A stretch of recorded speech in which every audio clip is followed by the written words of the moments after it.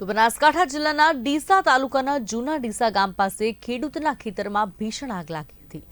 આ ઘટનામાં ખેતરમાં વાવેતર કરેલ ઘઉંનો પાક આગની લપેટમાં આવ્યો હતો, જેના કારણે ખેડૂતના પાકને મોટા પ્રમાણમાં નુકસાન થયું હતું।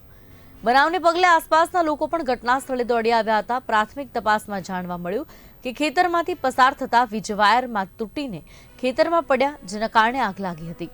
આ દુર્ઘટનામાં ખેડૂતને ઘણું મોટું આર્થિક નુકસાન થયું છે।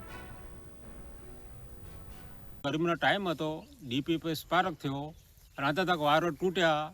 મારા ઘઉં વાઢેલા તૈયાર અંદર પડ્યા હતા અને વાઢવાનું કામ પણ ચાલુ હતું। આમાંથી એકદમ અચાનક આગ લાગી, મારા ઘઉં બળ્યા। માલિકને એટલે લાખ લાખ મહેરબાની છે કે કોઈ જાનહાનિ નથી। મારા આડોશી પાડોશી ખૂબ હું આભારી છું કે એમને બહુ મદદ કરી। 200 માણસો એકદમ એકઠા થઈને મારી આગ ઓલવી, જે થોડો ઘણો ચારાની બીજ પાક બચાવીને બચાવે અને એમનો હું ખૂબ આભારી છું। હું જીઈ બોર્ડનો આભારી છું, હું ફાયર બ્રિગેડવાળાનો ખૂબ આભારી છું। કોઈના પાસે મારે એવું નથી, દરેકે મને સહાય, એમને ભગવાન એમને બદલો આલે, બરાબર છે। મારે કોઈ પાસે નફરત નથી, એ મારા કિસ્મતની વાત છે। સાહેબ, મારે ચોથા ભાગનો પાક બચે 4 વીઘાની અંદર મારે 6 મણ ઘઉં વાયેલા હતા, બરાબર, 120 કિલો। આમાંથી એક ચોથા ભાગનો પાક મારે બચ્યો છે। એટલે મારે એક વિનંતી, સરકાર હાલતી હોય તો સરકારની મહેરબાની છે। અને બીજું કે જે લાઇટનું કામકાજ છે, જે સમારકામ એ થોડું કરી દેવું અને કોઈ ખેડૂતને નુકસાન ન થાય એવી થોડી અપેક્ષા રાખું છું એમના જોડે। આમાં આવું છે કે જ્યારે બી આજે જે વાયર જે થાંભલા દેખાઈ રહ્યા છે એના ઉપર સ્પાર્ક થયો હતો, બરાબર।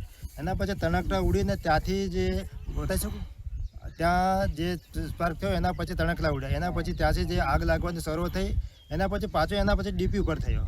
ડીપી પર ભડાકાથી ત્યાંથી ફોલ્ટ થઈ અને ત્યાંથી બી પાછી ત્યાંથી બીજી શરૂઆત થઈ। એના પછી અમારે જે લગભગ આગ લાગવાની ઘટના અને જે આજે હાનહાની થઈ એ વધતી ગઈ। હવે સાહેબ, જ્યારે આ ઘટના બની હતી ત્યારે હું મારા ખેતરમાં કામ કરી રહ્યો હતો અને અચાનક આગની જ્વાળા તો મને દૂરથી દેખાઈ। એ તરત અમે બધા આજુબાજુના પડોશી 150-200 માણસોનું ટોળો ભેગો કરી અને જે કોઈ બાજુના અમારા જે પડોશી હતા એમનો પાક બચાવવાની અમે પૂરેપૂરી કોશિશ કરી, બધાએ સાથ સહયોગ કર્યો છે।